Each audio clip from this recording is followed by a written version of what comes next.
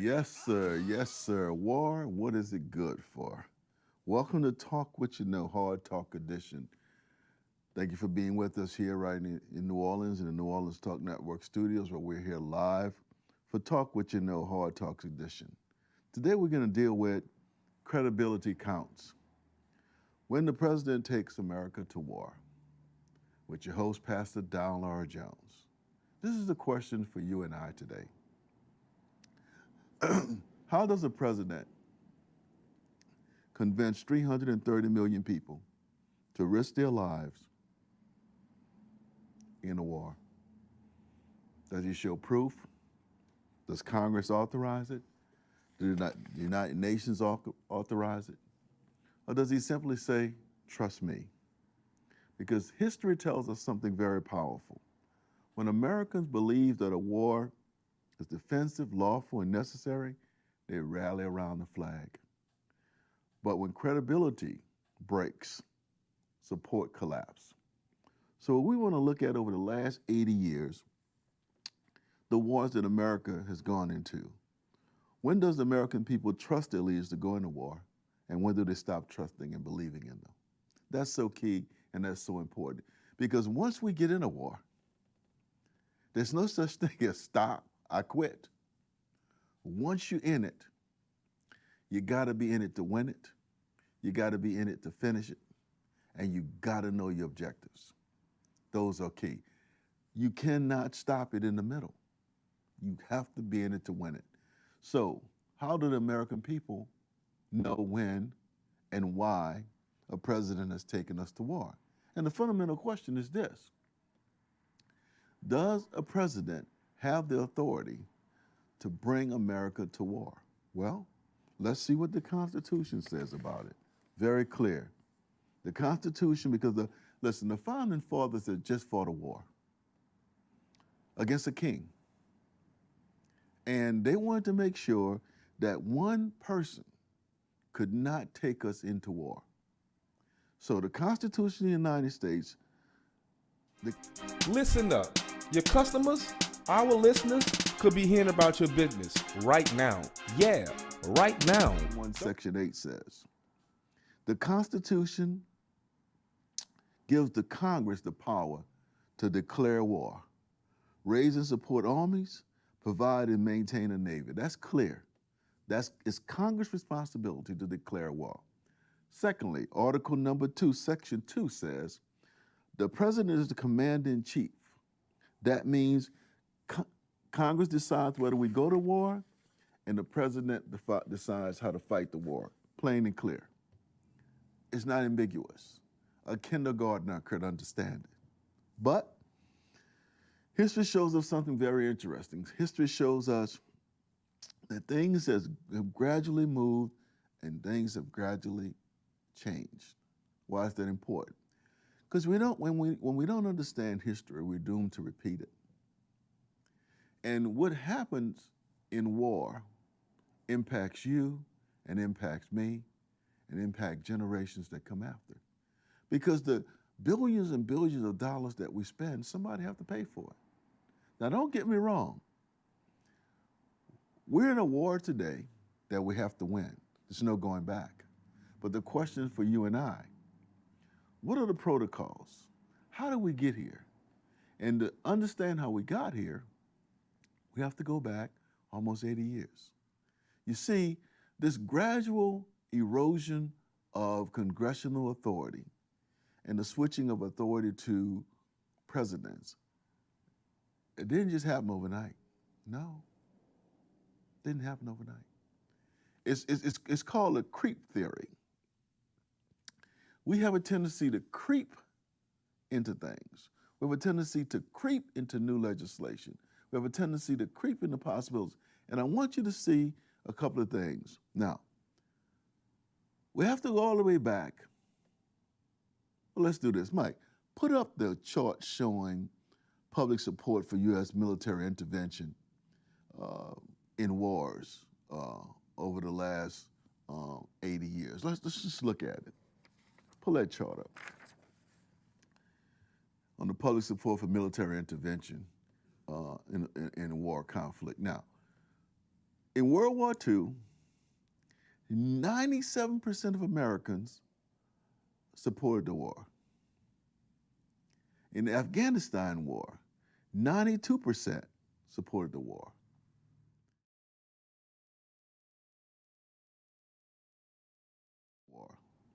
In the Panamanian conflict, 80% of Americans approved it. In the Iraq war, 76% approved. In the Korean war, 75% approved. In the Iraq war, 75% approved. In the Korean war, 75% approved. In the Iraq war, 75% approved. In the Grenada, about 53%. The Libya intervention, 47%. And the current Iraqi war, Iran war, 41% of Americans support it. Now, the question for you and I, what causes that? And we look at those wars where you had unanimity support. Something happened, and the process worked. And then when you have those wars where there's a credibility gap, it doesn't work. So let's look at how this manifests itself. President Truman took us into the Korean War, that creep. His rationale for it was that he was policing Southeast Asia. He was policing what was going on. Now, he didn't call it a war. He called it policing. Got the United Nations support, and once he got the United Nations support, then America was 100% behind him. But he didn't label it a war. He labeled it police actions. And once he got the United Nations approval, he came to the American people. He went to the United Nations and he got support. And so roughly 87% of American people supported that war. Now, why is that important for you and I? Because it's clear. When America feels threatened, when America feels that someone is trying to injure us, Americans, then we support the action. And in that Korean War, as you know, we were going through the Cold War, so it mattered. So it's that creep of presidential unauthorized authority getting us into war started. To understand the story, we always tell you this, you got to go to the beginning, and that's the beginning of the creep. Because, Mike, put up the chart about the declared wars. I want you to see what has happened with the declared wars. Let's put that chart up there with the declared wars.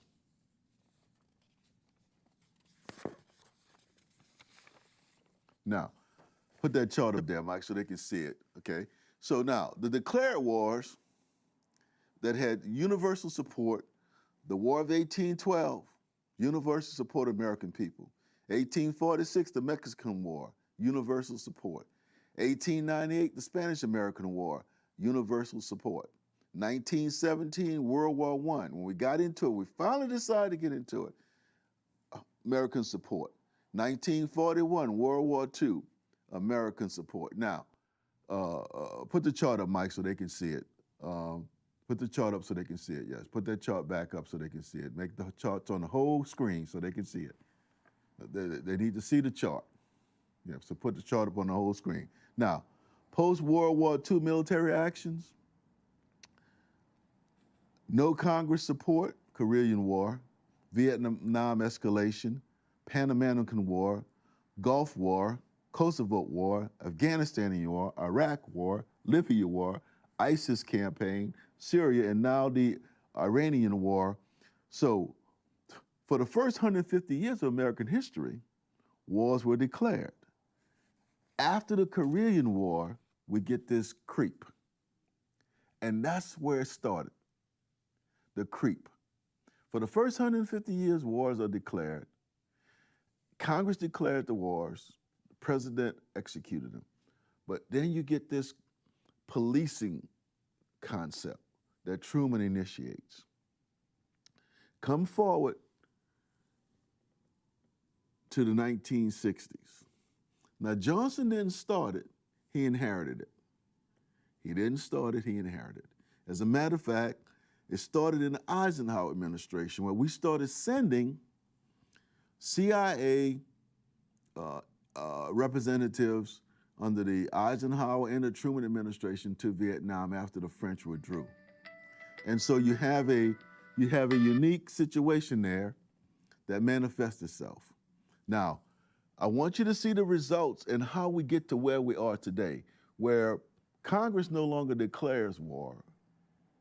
Presidents just take actions unilaterally. Mike, show that video on the Gulf of Tonkin. Take a look at that. On August 4th, American radio operators mistranslated North Vietnamese radio traffic and concluded a new military operation was imminent. Actually, Hanoi had simply called upon torpedo boat commanders to be ready for a new raid by the South Vietnamese. The Maddox and another destroyer, the Turner Joy, braced for a fresh attack. So did the White House.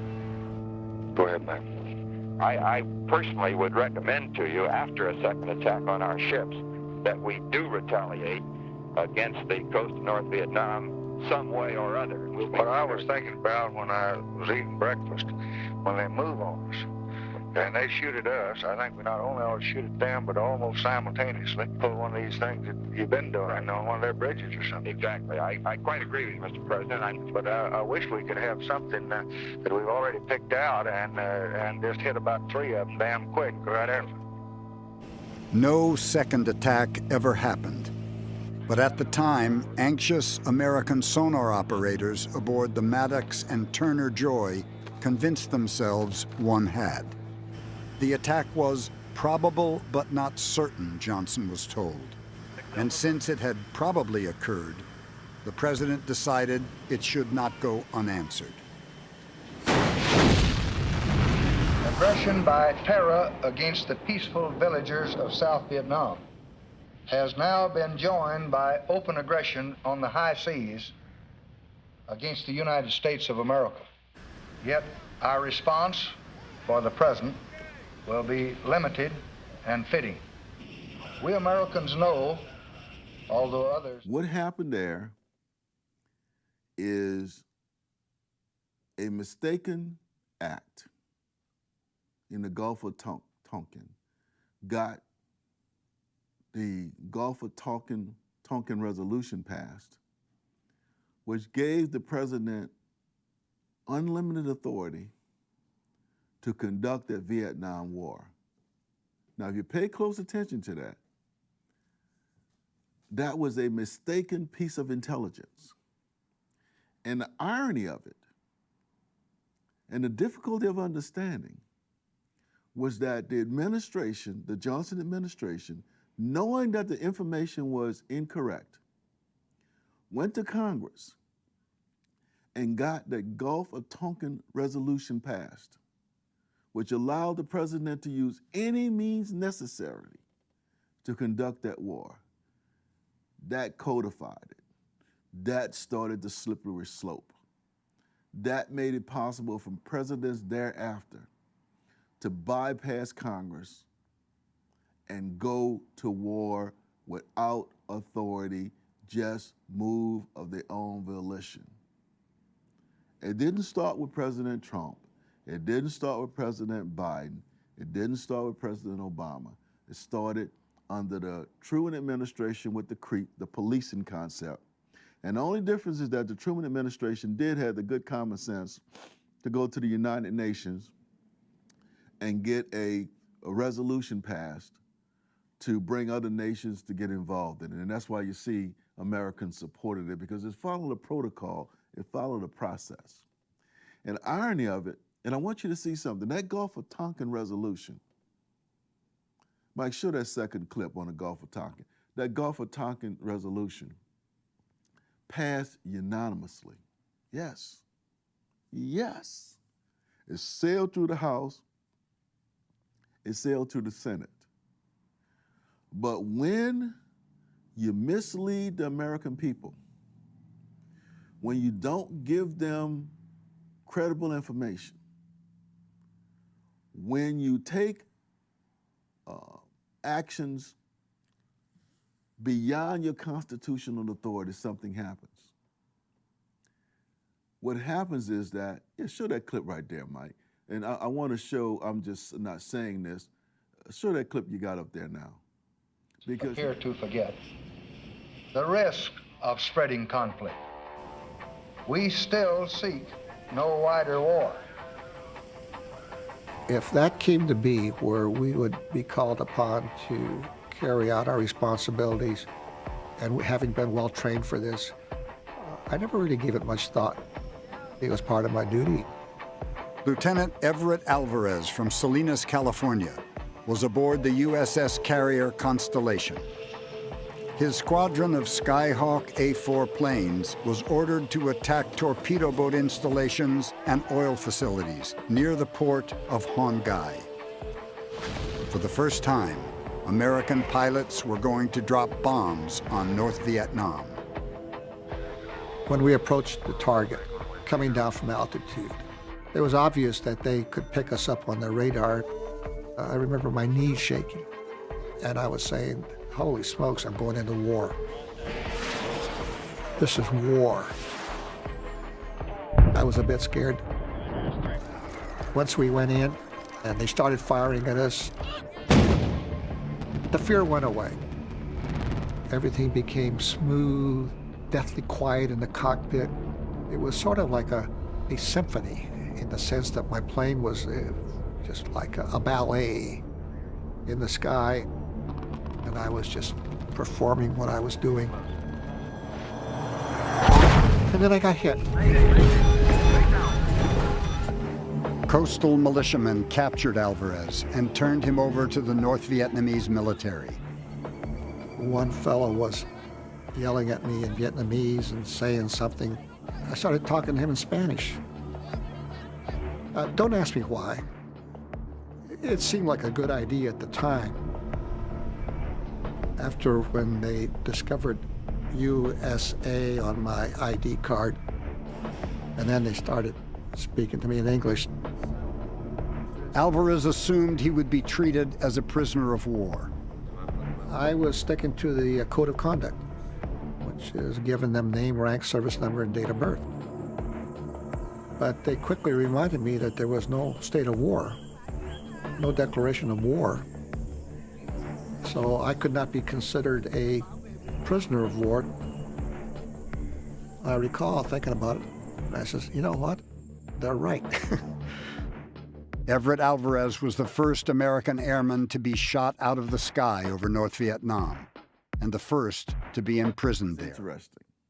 If you understand the essence of that clip, what he says is that he shot down, the first American airplane shot down.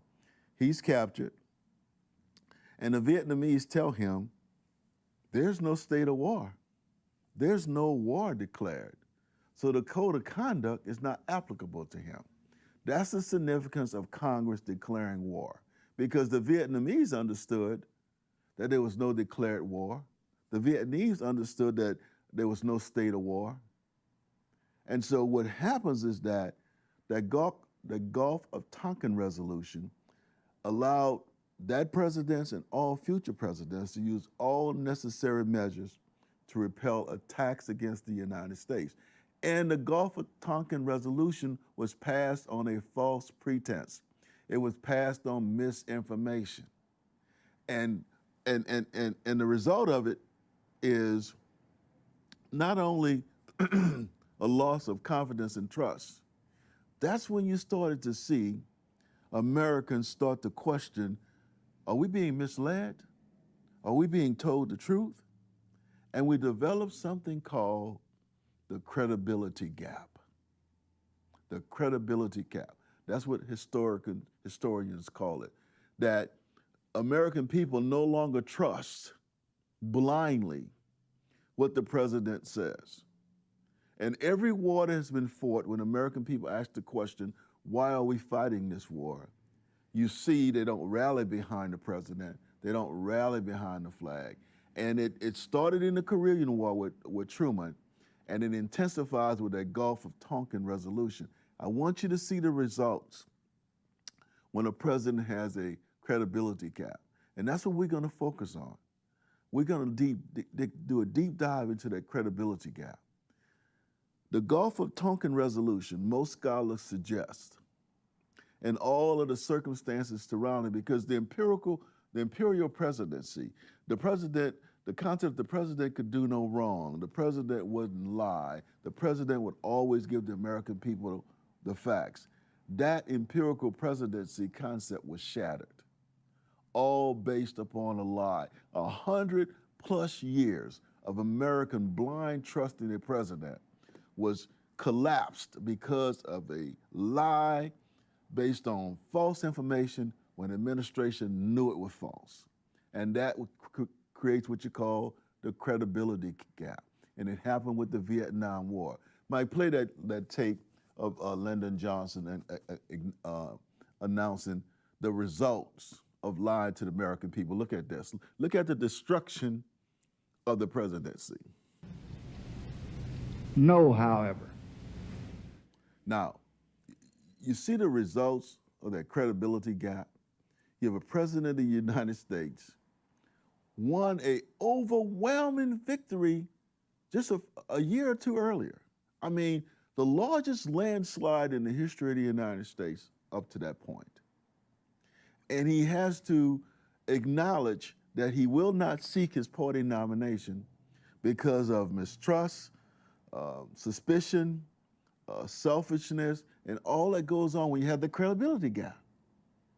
And that credibility gap haunts us today. And we see the remnants in the beginning of it. And it has intensified over the years.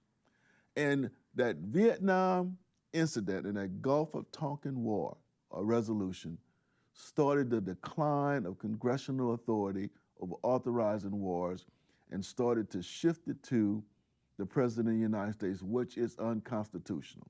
We're going to take a short break. When we come back, we're going to look at Congress strikes back. Congress reasserts itself. And what's that impact on Talk What You Know, Hard Talk Edition. Be right back after this short commercial break.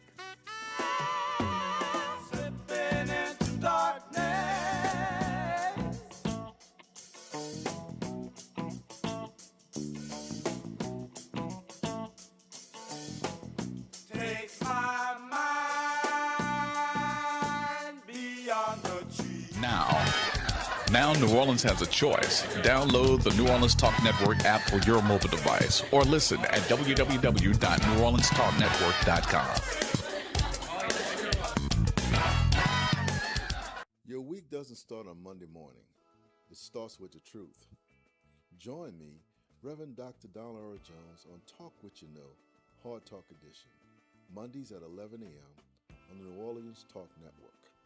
We're cutting through the noise, the spin, and excuses, bringing you a healthy dose of reality to start your week right. Hard conversations, real facts, no scapegoating. Because if you're going to face the week, you may as well face it informed. Are you looking for a home to live stream your next event? Give us a call here at Bethesda Community Event Center, the only place on the Gulf Coast that can host and broadcast live your wedding reception, your baby shower, business seminar, and any other special event. Give us a call at 504-708-9454 for more details.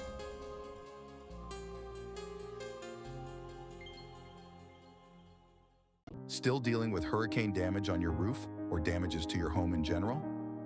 Call Step Construction today at 504-340-5809 or visit stepconstruction.com. Step Construction is fully licensed and fully insured. We tell the insurance companies what they owe you. For a peace of mind, protect your most valuable asset. Let us help you take the next step at Step Construction. But that's the House of Prayer, Bethesda is a church for non-traditional worshipers, a church designed for those who love God's Word. Would you like to attend a church where believers and non-believers can choose to worship together? A church where cultural differences does not get in the way of God's message. We invite you to be our special guest. Our services begin 9 a.m. on Sunday, located at 7601 West Bank Expressway, Suite B, Marrero, Louisiana. For more information, contact us at 504-348-0132.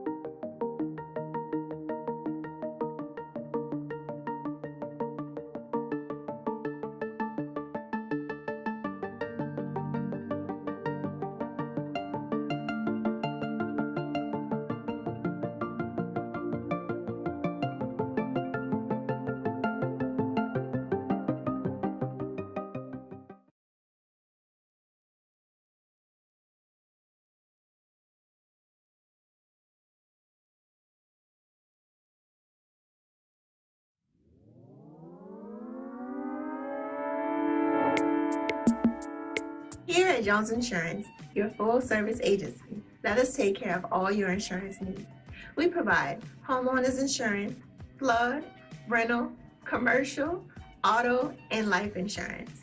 Don't let the unexpected tragedy destroy your family's future. Here at Jones Insurance, 7603 West Bank Expressway, Marrero, Louisiana, 772. Contact Lois at 504-348-1492. Hi, I'm Sheriff Joe Lapinto, and you are watching the New Orleans Talk Network. During times of family stress, if you need a church to hold your funeral services or a hall to hold your repast, you can contact us at Bethesda Community Event Center at 504-348-0132. We can accommodate all your repast and funeral needs, from a preacher to perform the services, to an organist that plays the music, the ability to stream it live for those who can't make it, and more. During your time of need, all of your arrangements can be made under one roof here at Bethesda Community Event Center. We're here to serve you. Give us a call when you're in need at 504-348-0132. Give your loved one a great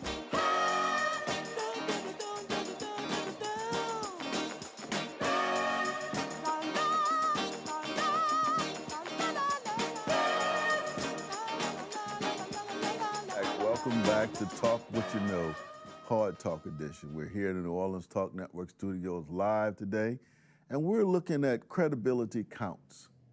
Yes, credibility counts when the president takes America into war. And we're looking at what's called a credibility gap. That's when presidents with no rationale, no explanation, no goals and objectives take America into war. And it didn't just start with President Trump. It started with President Truman, President Johnson, put it on steroids, and now we're at the point where credibility make a difference. You know, Americans are now starting to ask questions about going to war because of the fact that they were given false information relative to the Gulf of Tonkin. And America wants to know, and they ask questions. There's nothing wrong with that, because Congress is supposed to declare war. Congress is supposed to fund wars, and the president is supposed to administer the wars according to Article 1 and 2 of the Constitution. But what has happened is that you've had presidential creep. You've had powers that were invested in the Congress by the Founding Fathers, because we said earlier, because they had just fought a war against the king. And they didn't want one person to be able to bring us in the war. So Americans now ask the question, should we be at war? What is the goal? What are the objectives? And there's nothing wrong with asking those questions when we go to war. Because when we have gone to war with the support of the American people, either through threats to America, threats to democracy, declared war by Congress, United Nations approval of action against the country, you've had support in the 80s and 90s. What happened? It all emanates with that Gulf of Tonkin Resolution, when for the first time the American people realized that they didn't necessarily needed to believe and accept what a president said. And that started to destroy what's called the imperial presidency under Lyndon Johnson. Now Americans want to keep score. They want to know what's going on. They want to understand it. They want to be clear. So what happens? After the Gulf of Tonkin Resolution and public support for war diminish, Congress now takes an action. And what Congress does is say, we're going to pass a war powers resolution to sort of curtail, at that time, some of President Nixon's incursions into Vietnam, the Achilles heel that broke the Lyndon Johnson administration, that crippled the Nixon administration. So Congress now say this, because remember, President Nixon ran on ending the war, but he escalated it with no congressional approval, no congressional authorization, no UN approval. And it was all designed to help defend a country that we had nothing to do with. Vietnam. And so Congress passed a war powers resolution that says that the president must notify Congress within 48 hours of military action. Huh?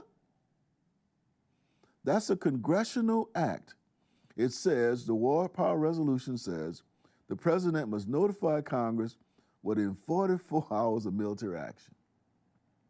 And additionally, military operations must end within 60 days without approval. Congress took the position, no more blank checks. No more going to war without congressional approval. What happened? Laws don't matter anymore?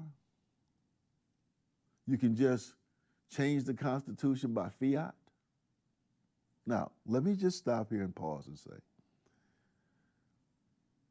once you're in a war, you got to win it. You got to fight to win. You got to take a no prisoners approach.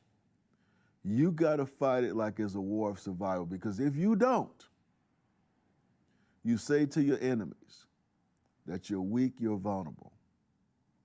And that's why it's so important for us to understand how we should go into war. Who should declare war? When should the president take actions? Because once the president takes the action, it's difficult to put the genie back in the bottle. So once the president takes the action, then the American people have to rally behind the president and rally behind the troops and rally behind the flag to win that incursion, I guess, to use the term that's popular today. We don't call it a war. See, Truman started that out by saying a police action. And everybody uses some phrase that sounds good. Now it's an incursion, I think they say. So the War Powers Act is of no value. Why is this important for you and I? Because we need to understand that until 1941, most of the wars were declared. Now, why is that important? You heard it earlier. When that first airman was shot down in Vietnam, and he talked about the code of conduct that was developed after World War II as it relates to how you treat prisoners, the Vietnamese said, there's no state of war. No war has been declared. Now, the question for you and me today, what governs if one of our troops are captured? Congress hasn't declared war. The United Nations Security Council hasn't said that one of the United Nations countries have been attacked. The last time I looked, Iran wasn't part of the United Nations. Now, let me just pause here and say, there's probably good reason for dealing with Iran at this point. But the question is, should Congress declare it? Should America go to the United Nations and get a Security Council resolution? Or should we just unilaterally take an action that impacts not only us, but the world, and then come back and try to justify the rationale? Now, Mike, this War Powers Resolution was designed to curtail the powers of the president, but that has not happened. And I want you to look at something right quick.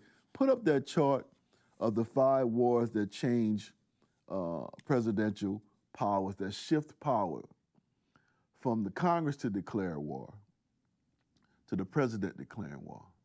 And that's so key and so important because presidents now just ignore the War Powers Act. I'm talking about from Nixon to President Trump, they just ignore the War Powers Act. Now, we got to give first President Bush credit because he went to the United Nations and got approval. But I want you to see the 5 wars that changed presidential war power.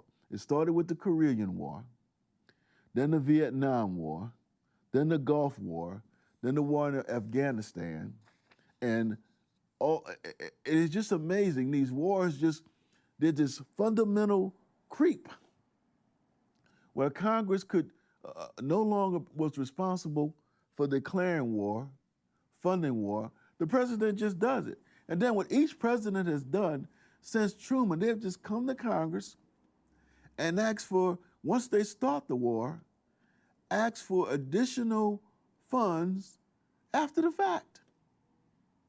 So of course the American people are going to question it because we have what you call the credibility gap. And that credibility gap is real. It was real when Bill Clinton went into Kosovo. It was real when President Obama went into Libya. It's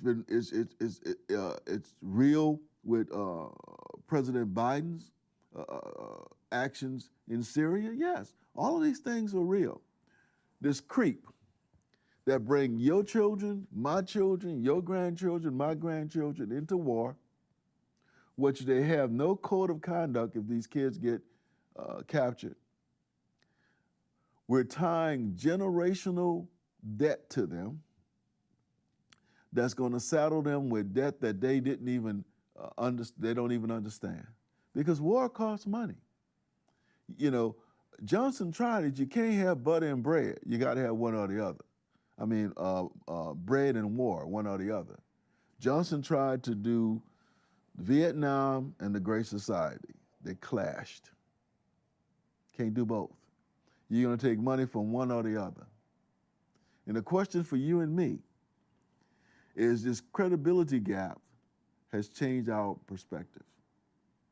And Congress passed the War Powers Act that no president since Nixon adhered to. What's the purpose of it? What's the purpose of Congress?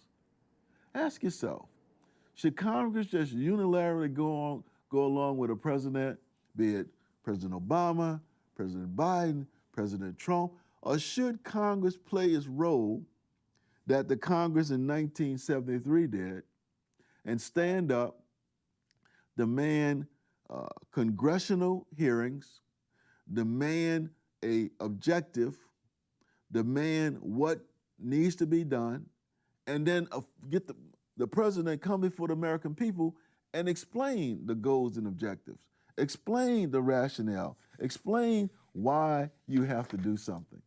It's not a unilateral, that's why we fought a war. Now, on this check and balances, that's not working. And it's not working because we have a polarized government. Regardless of what you want to believe, you have the people on the far right, you have the people on the far left, then you have the people in the middle, which is most of us. But the news media, social media, and everybody deal with the people on the far right and the far left, and they ignore you and me, 60% of the population. That's why in this current Iran war, 60+% of the people said there's a credibility gap. And there's a fundamental reason why there's a credibility gap. Now, I can almost guarantee you that most of them think that Iran has been a rogue nation, that Iran has practiced cyber terrorism, traditional terrorism, and has been a thorn in the side of the United States. But that didn't happen by osmosis. That wasn't an accident. No. Mike, go to that clip explaining how we got to where we are today. We'll come back to this here. But we are here because of a reason. We are here because of our relationship with Iran. Yes. Do you know that Iran was a democracy? Yes. Iran was a democracy. It was a socialist democracy, but it was a democracy. And it was a flourishing young democracy. And you know what? The United States intervened. And the CIA toppled that government. Now, and put in the Shah. Did the same thing Rome did in Judea. Took Herod, put him over Judea. See, this isn't new. And you know the story of Herod, the one that said, kill all the babies under age 2. Rome installed him. He was not from Judea. Michael, play this clip right fast.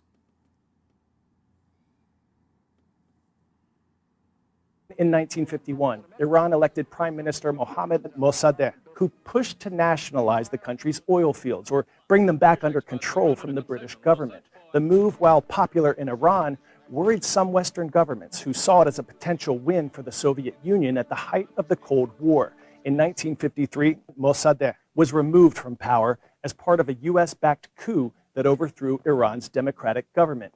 He was replaced by U.S.-supported Iranian monarch Mohammad Reza Pahlavi, who then ruled the country as the Shah, or king, for more than 2 decades. The Shah remained a close ally of the U.S., but many Iranians resented the foreign interference, fueling an anti-American sentiment in the country. During this period, the U.S. helped Iran begin building out a civil nuclear energy program. The capital city of Tehran looked much different than it does today.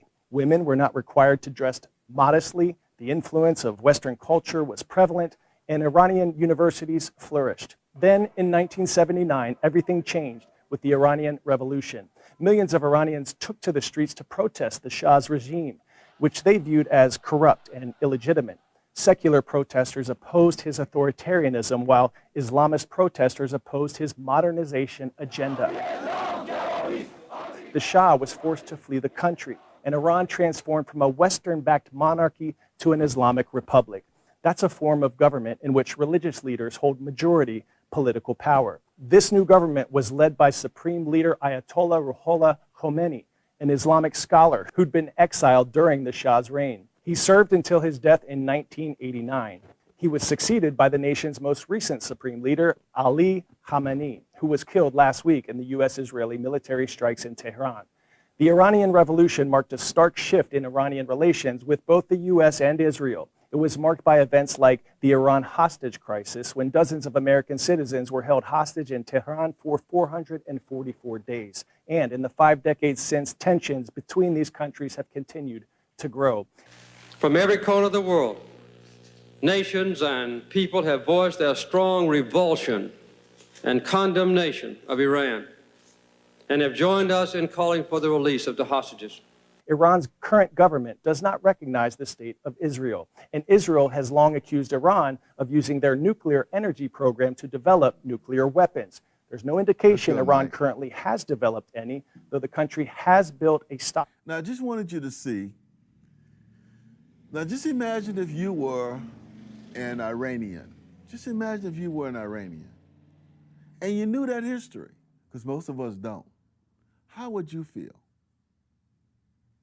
And this relic of the Persian Empire don't quit.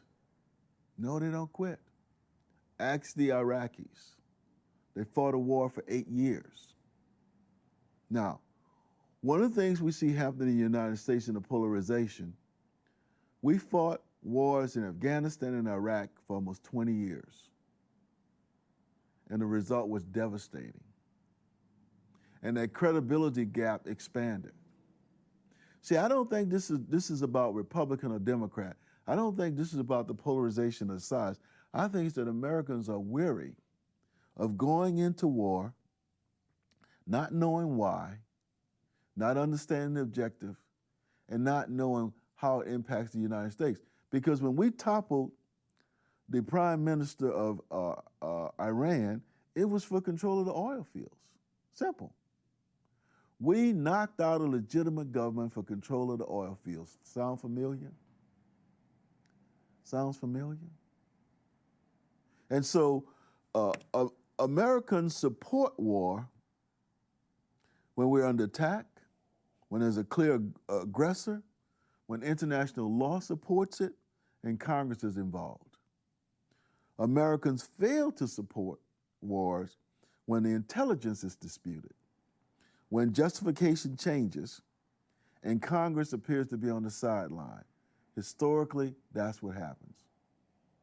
Now, let's come forward to today, because there's a school of thought that Americans should just blindly support the Iran initiative.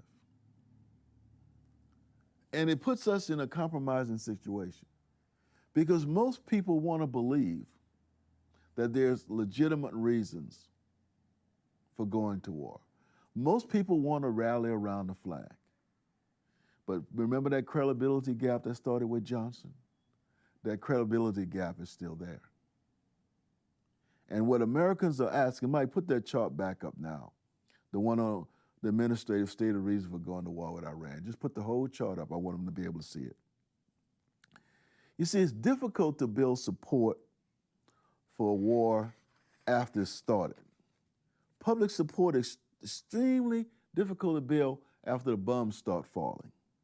The debate sort of changes. Instead of asking, should we go to war, we start asking, why are you taking us into war? And it makes a difference. And it all stems from that credibility gap. Americans want to know, why are you taking us into war? Give you an example. Let's suppose your best friend came and knocked on your door. Not that one, Mike, the one that administrative state of reasons. Your best friend came, knocked on your door and said, hey, man, I'm going over here and beat up some people. I'm going to beat them down. Come on, man, put your coat on, come out the house, come with me. What do you think you're going to say? Hold up, man. What's going on? That's it, Mike, the one you just passed. Hey, man, what's going on? I'm not going to get involved in this and I don't have the whole story. The American people are no different.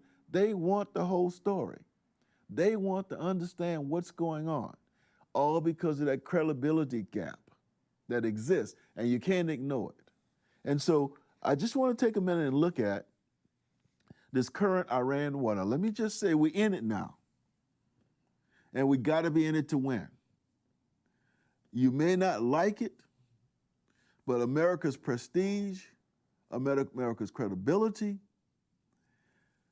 is on the line, because we have built the military over the last 30 years that's designed to be able to use joysticks and people standing behind a computer to fight wars. And we're fighting against now an inferior war machine. And if we don't win this war, and we've spent 30 years trying to establish a new methodology of war, us and our, well, I guess they're still allies, I'm not sure, and our allies, the joystick behind the computer war is what we're fighting. If we have to go back to traditional war, putting troops on the ground, then we have changed the whole dynamic of war. And there's some questions about that. And will people look at us as the superpower that we profess to be? Or will they look at us like the Soviet Union and Ukraine, a would-be power? Now, here are some of the reasons, Mike, put it back up, why this administration is now scrambling to get public support. And I believe we should support the office of the president. Now, you may not agree with President Trump, that's your right. But as Americans, I think we're sort of obligated to support the office of the president. That's why it's so important for us to ask these questions. That's why it's so important to have congressional hearings. That's why it's so important that the War Powers Act, that the Congress act like a Congress. When any president unilaterally takes an action that brings the American population into a war that was not approved, that didn't go through the process of the Congress or the United Nations, which we're a part of. Now, I want you to see the stated reasons why we supposedly went to war in Iran. President Trump said to eliminate imminent threats to Americans. They haven't explained the threats. Secretary Rubio, Secretary of Defense, says to prevent Iranian retaliation after Israeli strike. Defense Secretary Pete Hazard said to destroy Iran's military capabilities. Press Secretary Caroline Levitt said to protect U.S. personnel in global shipping. Secretary of Treasury Lloyd Benson said that.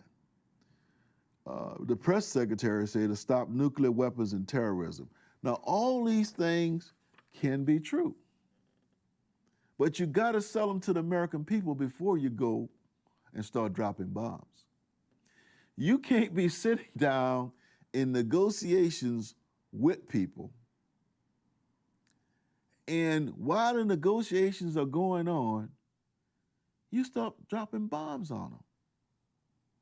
Think about that. You're in the midst of negotiations, which we were with Iran, and in the middle of those negotiations, without any foreknotice, you start dropping bombs on them. Huh? Well, you might say that's all right. You might say that's a part of war. You might say that's a Machiavellian principle. But did you say that when the Japanese dropped bombs on Pearl Harbor? While the Japanese ambassadors were meeting with the United States ambassador? At the very moment that they're in discussions with the United States about how to bring a conclusion to the war, the Japanese initiate a sneak attack on Pearl Harbor. And you remember President Roosevelt got the Congress to declare war because of the sneak attack? Think about it. What's good for the goose is good for the gander. You can't have it both ways. Even when you agree with an action, even when you think all the stated reasons are true, which I stated earlier, the administration reasons are sound. You know, Iran has been a terror the last 37 years. And the reasons are sound, but you don't go into war without congressional approval or Security Council approval and expect the American people just to go along with it. It just don't happen that way. And so when American people start to question, when 59% or 60% of them start to question, why are we fighting this war? How is it imminent threat to the United States? Are our troops going to be protected under the conduct of war, or they're going to say, you never declared a war, so anything goes? Think about that. Those are questions that you and I should be asking every day. Of course, we support the office of the president, but before the office of the president takes an action, Congress should be made aware. It should be debate on that issue. It should be selling of it to the American people, not afterwards, because it's too hard. It's too hard to sell it because of the credibility gap. Nobody believes what a president says unilaterally anymore. You remember weapons of mass destruction?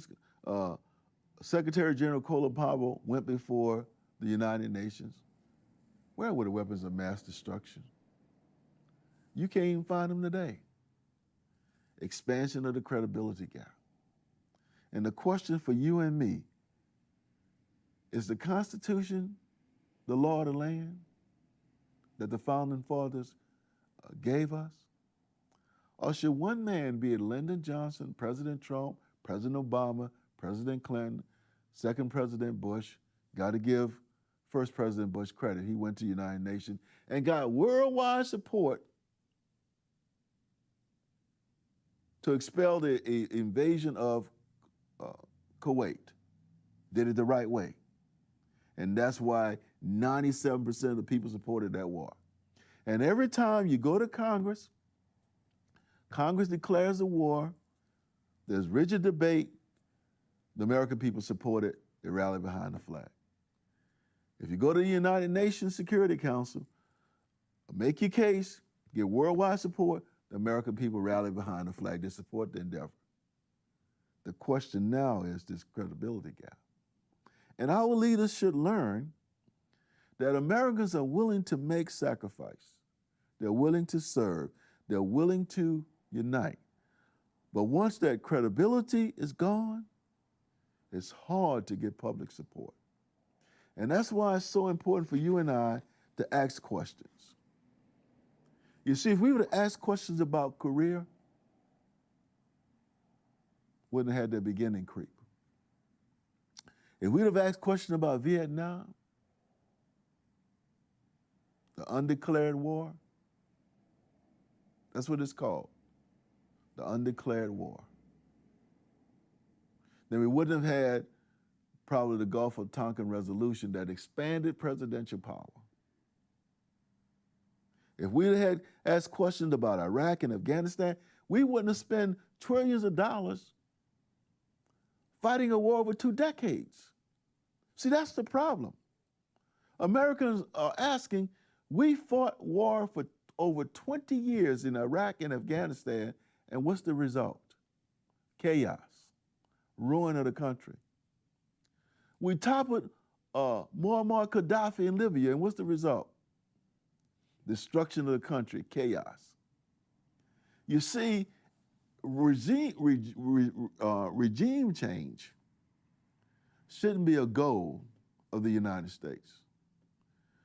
The goal should be to protect the vital interests of the United States and then go to the American people when their vital interest is at stake. Make a legitimate argument before you start dropping bombs.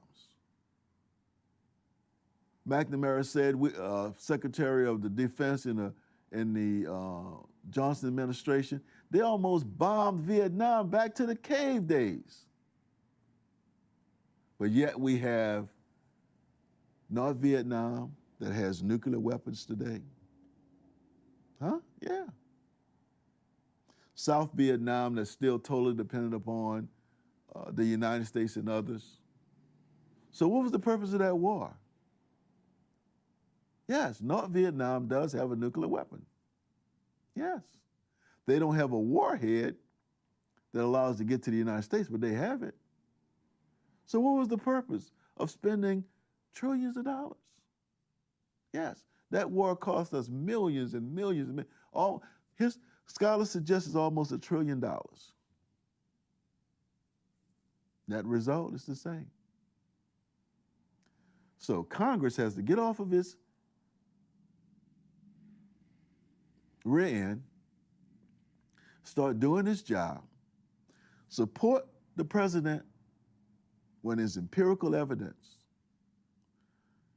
authorize the president to go to war when it's protecting American citizens or the vital interests of the United States, and stop allowing this presidential creep where these presidents get us into wars with no objective, no rationale, no true purpose. We're going to take a short break and we'll be right back on Talk What You Know, Hard Talk Edition, as we bring it to a close.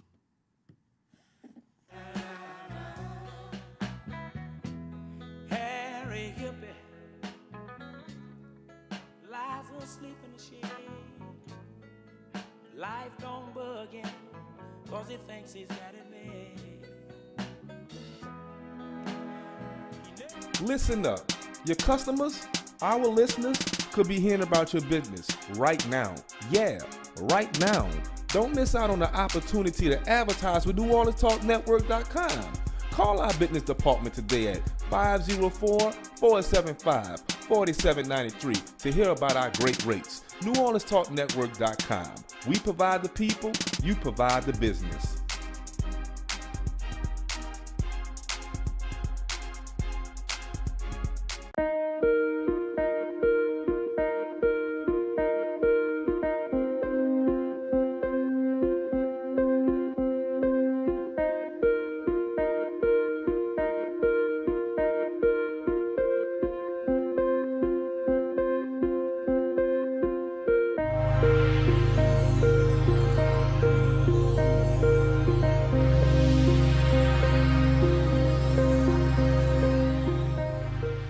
During times of family stress, if you need a church to hold your funeral services or a hall to hold your repast, you can contact us at Bethesda Community Event Center at 504-348-0132. We can accommodate all your repast and funeral needs, from a preacher to perform the services, to an organist that plays the music, the ability to stream it live for those who can't make it, and more. During your time of need, all of your arrangements can be made under one roof here at Bethesda Community Event Center. We're here to serve you. Give us a call when you're in need at 504-348-0132. Give your loved one a great homegoing event. Come second line at our center. It's your girl, Dejana Nee. And it's your girl, Nostalgia K. And New Orleans Talk Network is bringing you something brand new. We are Bridging the Gap. This is a place of hope, healing, and transformation. And our podcast stands on Isaiah 58. We are rebuilding what has been broken and restoring strong foundations, one conversation at a time. Visit us at NewOrleansTalkNetwork.com. And you can see clips of us on our Instagram at _the Bridging the Gap podcast. Sign up there. You never know, you might be our next guest. Because we need help bridging the gap. Okay, don't let us do this thing alone. Mwah.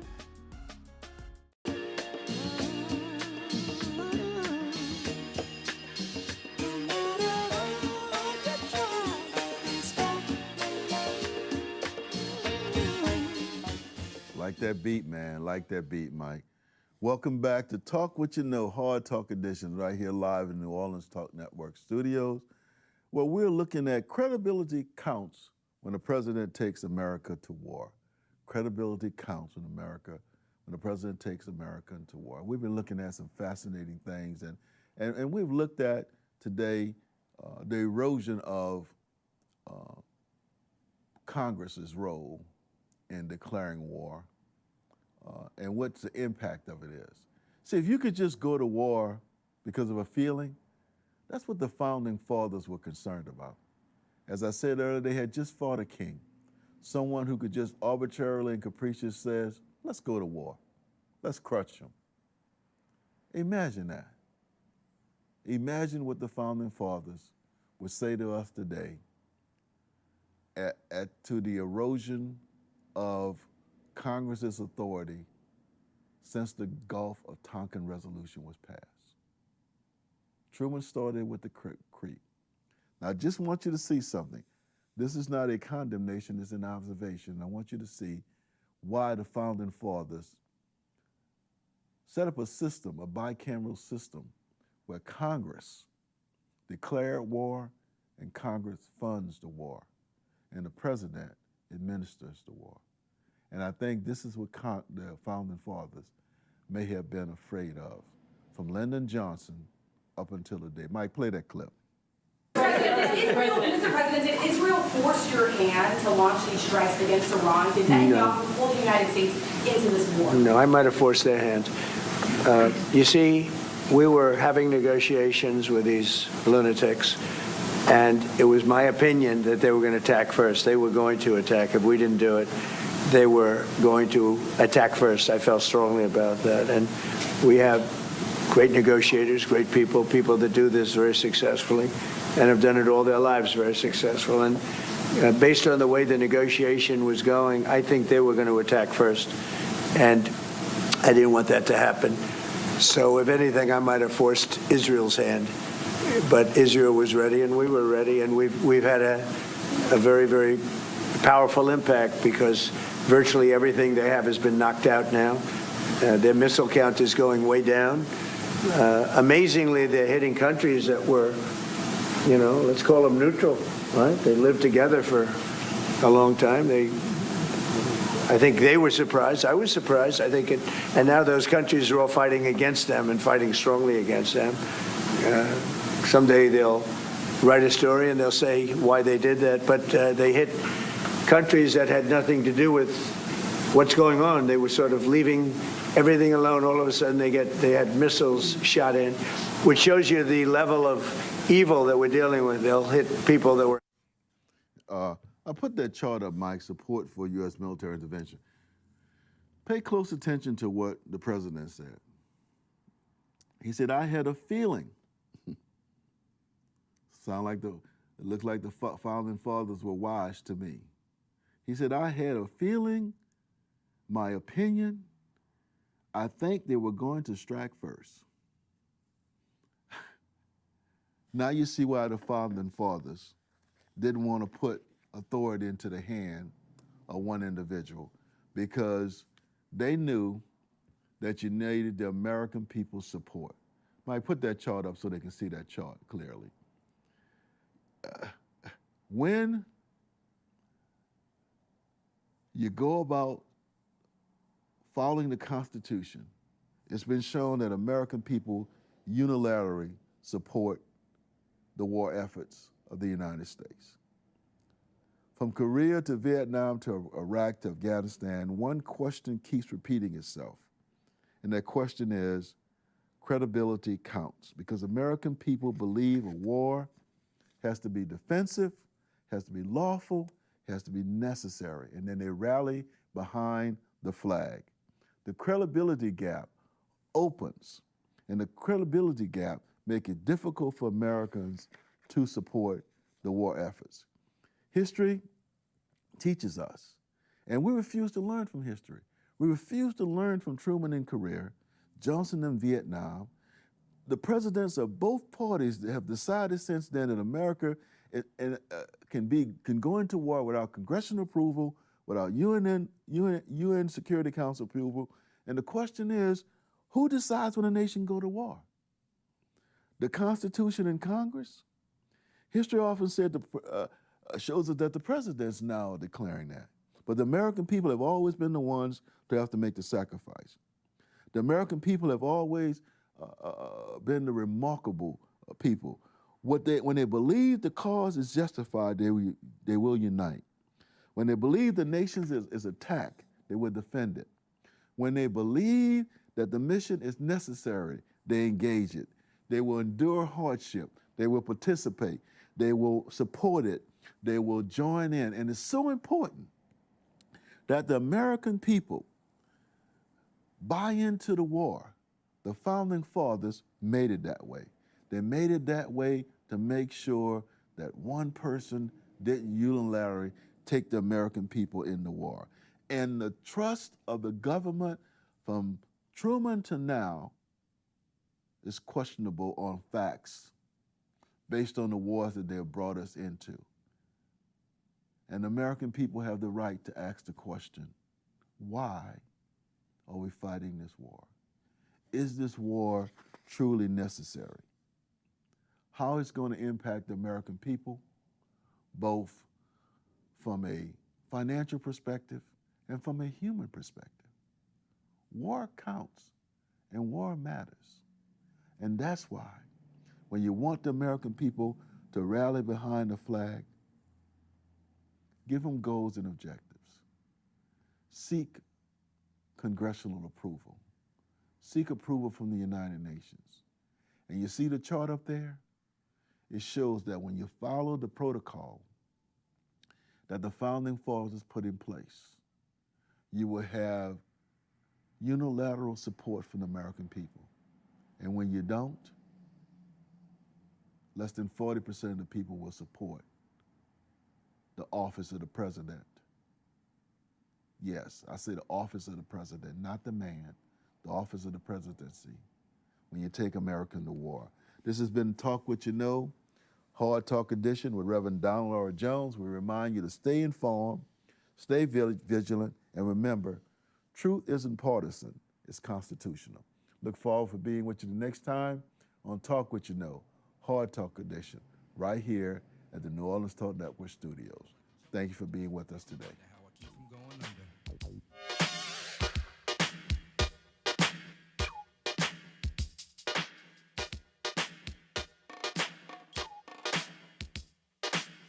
Broken glass everywhere. People pissing on the stage, you know they just don't care. I can't take the smell, can't take the noise. Got no money to move out, I guess I got no choice. Rats in the front room, roaches in the back, junkies in the alley with the baseball bat. I tried to get away, but I couldn't get far, cause a man with a tow truck repossessed my car. Don't push me, cause I'm close to the... Now New Orleans has a choice. Download the New Orleans Talk Network app for your mobile device or listen at www.neworleanstalknetwork.com.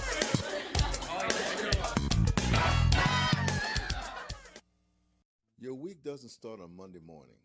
It starts with the truth.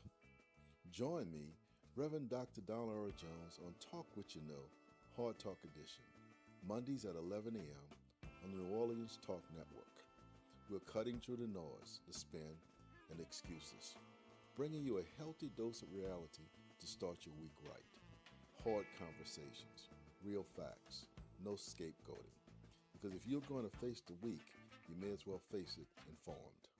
Are you looking for a home to live stream your next event? Give us a call here at Bethesda Community Event Center, the only place on the Gulf Coast that can host